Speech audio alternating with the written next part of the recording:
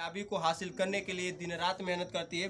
कहीं ना कहीं इस क्षेत्र वासियों का पूरा सपोर्ट होना चाहिए। जिस तरह से आज गोरखपुर से, आजमगढ़ से, तमाम दूर से इनको कमेंट भी मिलता है, यहाँ तक मुझे जहाँ तक जानकारी है।